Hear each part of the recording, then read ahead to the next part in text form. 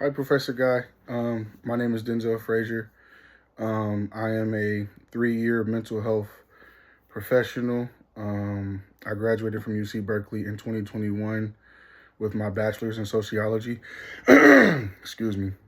Sorry. But I've always had a keen and dire interest to become a mental health therapist. And so I've taken a bunch of different routes. I've gone to CSUN and I attempted their MSW program, but I felt as if the courses they weren't as interesting to me because it wasn't a lot of mental health information that I was learning, or mental health techniques, or any kind of mental health theories. It was really more about like social work in general, like social injustices and how to assess health organizations and how to do macro work and micro work and meso work and all these different types of things, which are super cool. But I want to be the best mental health therapist that I can be. And I feel as if getting my master's in science and clinical mental health would be the best route for me because it would allow me to own my skills from a mental health standpoint and from a clinical standpoint. And most of the fields that I've worked in as a professional were clinical. And so far, the classes feel as if they fit me better.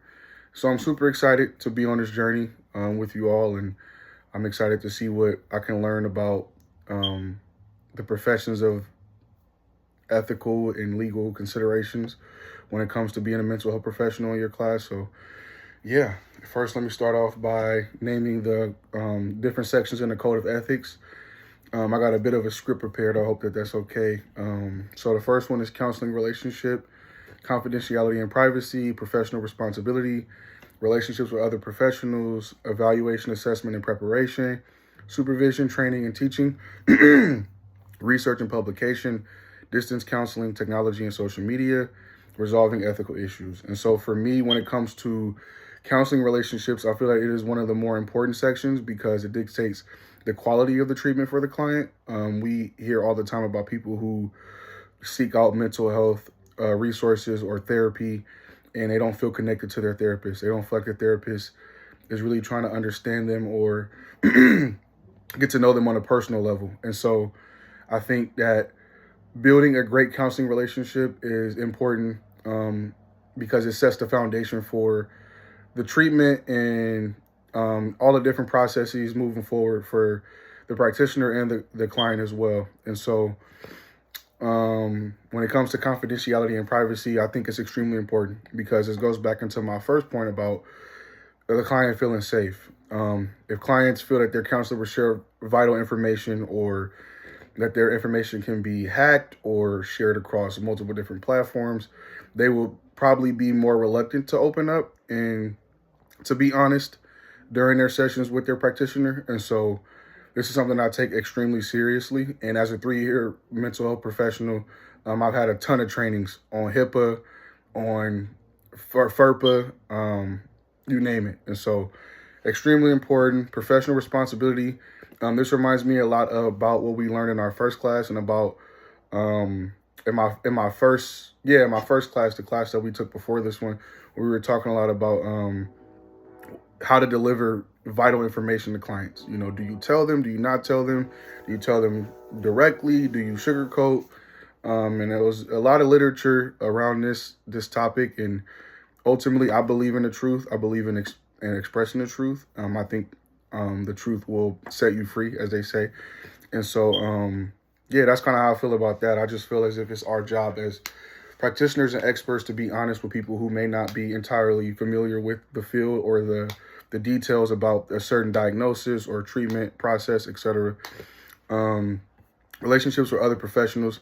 Again, I'm a 3 to 4 year mental health professional. I've worked with psychiatrists, psychologists, social workers, nurses, doctors, you name it. And this is an extremely important aspect of the work that we do because not only do we need their input to give a client a more wholesome treatment plan, but we also can add their knowledge into our repertoire as clinical professionals.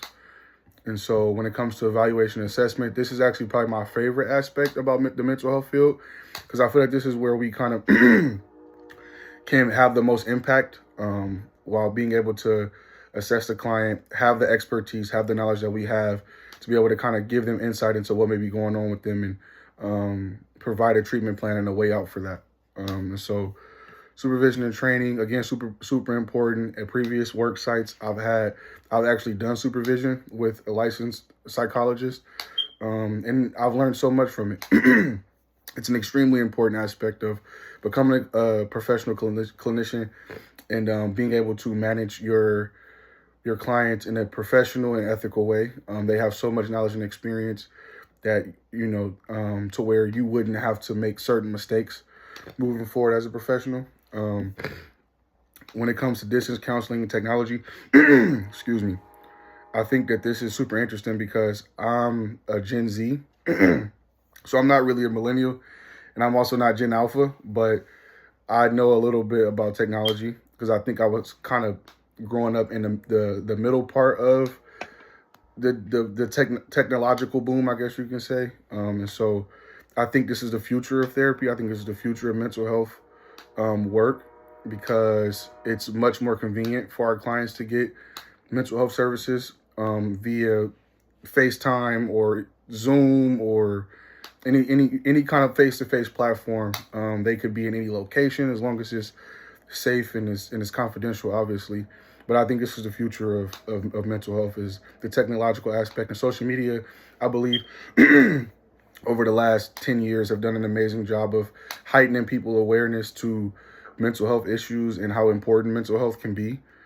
So I think it's a great thing. Resolving ethical issues, I think this is also an interesting one, because what's ethical in nature tends to be pretty subjective. And I've always kind of struggled with grasping the idea of like ethical concepts being intertwined with science and research. But I think moving forward, I'll be able to learn more and kind of see how it plays a role more in depth. But obviously, we always want to have an aspect of integrity and democratic impacts, on society when it comes to our practice and our work that we do. And so it's really important to consider the greater good of people and their health, and making them feel more comfortable in certain processes. And so I don't really know a lot about this aspect. This is something that's new to me, but I'm definitely curious to learn more. As far as dispositions and strengths, I would say empathy to me comes to mind first. I think growing up as a young kid, I was very naturally empathetic, almost to a default. That's my first instinct, is to think about how my actions or my words may impact somebody, or even if they're going through a certain situation that I may not have ever gone through. My first instinct is to try to look at things from their perspective. And so this is something that's always come supernatural to me. Acceptance, I think, again, this kind of goes hand in hand with empathy. But I think the difference is you can be empathetic towards someone about a certain thing, but still not accept that thing about them. An example could be someone has a certain type of vice that, you may feel is okay, like you get it because you have vices as well personally. But within that same breath, you may feel like their vice is worse than yours, or vice versa. And it may be difficult to not pass judgment. And so this is something that I think I've always been a natural at as well, is not being judgmental, not pushing my expectations on other people and what I would think that they're supposed to do or how they're supposed to act in certain situations. And then lastly, self-awareness. I think I would say for myself, I'm a very sensitive person naturally. And I think because of this, I've always have to be aware of my own emotions and my own interpretations of things and how something have may impacted me. And I think because I've been so reflective over the years, I've learned so much about myself and how something may impact me. And I think that gives a lot of insight into how it may impact others. And so it kind of goes hand in hand with empathy and acceptance, right? Because if I know there's something about myself that I have trouble with accepting, I have to learn how to accept that about myself. And then also, if I understand at a deep level how something may make me feel, I may understand how that may make someone else feel. And so this is also one of my strengths that I would say that I've developed over the years, and that comes a little bit more natural to me. And so yeah, as far as my weaknesses with the dispositions, I would say psychological fitness. It wasn't until I finished undergrad that I learned that I actually struggle with anxiety. The bulk of my childhood and my adolescence, and my young adulthood as well. And so that's been an ongoing battle, learning more about that aspect of myself, and accessing the necessary resources that I need to be able to be mentally stable, to be psychologically fit, and to be mentally resilient. And so work in progress. And then professional identity is tough for me as well, because I think, again, it kind of goes hand in hand with my psychological fitness. I think when someone is naturally an anxious person, it's difficult to make your mind up or be set in stone on a certain identity about yourself. You tend to question things. You tend to second guess yourself. You tend to think about what if scenarios a lot. And so this is something that I definitely want to take a closer look into within myself and work towards. But I'm excited about the journey. I think I have the resources to do so. I would say to grow my professional identity, I plan on becoming more grounded in ethical and legal standards. And so just doing my research on it, doing my homework on it, learning more about the ethical and legal standards. And so that would allow me to eliminate the emotional aspect of my anxiety or my struggle with building my professional identity. I'll be able to refer to proven and and tested standards that other professionals such as myself would follow, and I can lean on those in times of uncertainty, in times of questioning my practice or questioning my strategies. I can just kind of more so lean into the legal and ethical standards that has already been set in the field and been proven through counselors time and time again since the beginning of counseling, since it started. And so I chose to talk about the benefits of the American Counseling Association, because I do feel as if I want to join it. I seen your announcement about how they'll actually give discounts for the practicum insurance that we'll need in a couple of years when we start our practicum. And so I thought that was super interesting, and it made me kind of want to delve more deeper into the other benefits that they may offer. And so some is access to professional resources. So this can look like research, the latest research, the most updated research, other counselors and their expertise. So being able to network and go to conferences and seminars and webinars to learn more about the field, to learn about the latest research, to learn about different perspectives, different techniques, different strategies that other counselors may have developed with their clients. And so that stood out the most to me. And one concern I would say regarding the use of technology is the confidentiality in telehealth services. This is something I've actually had telehealth services the bulk of undergrad when I chose to start seeking therapy. And one of the biggest things that they will always emphasize is that I was in a space of confidentiality and privacy. And obviously, so my information can be treated with a certain amount of respect and dignity.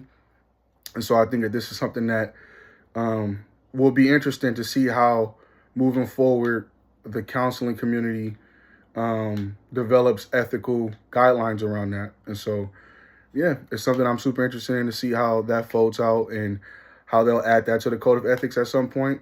Because I do, again, as I said before, I do feel as if that is the future of counseling, of mental health, of even social work. And so, yeah, thank you so much. Looking forward to the class.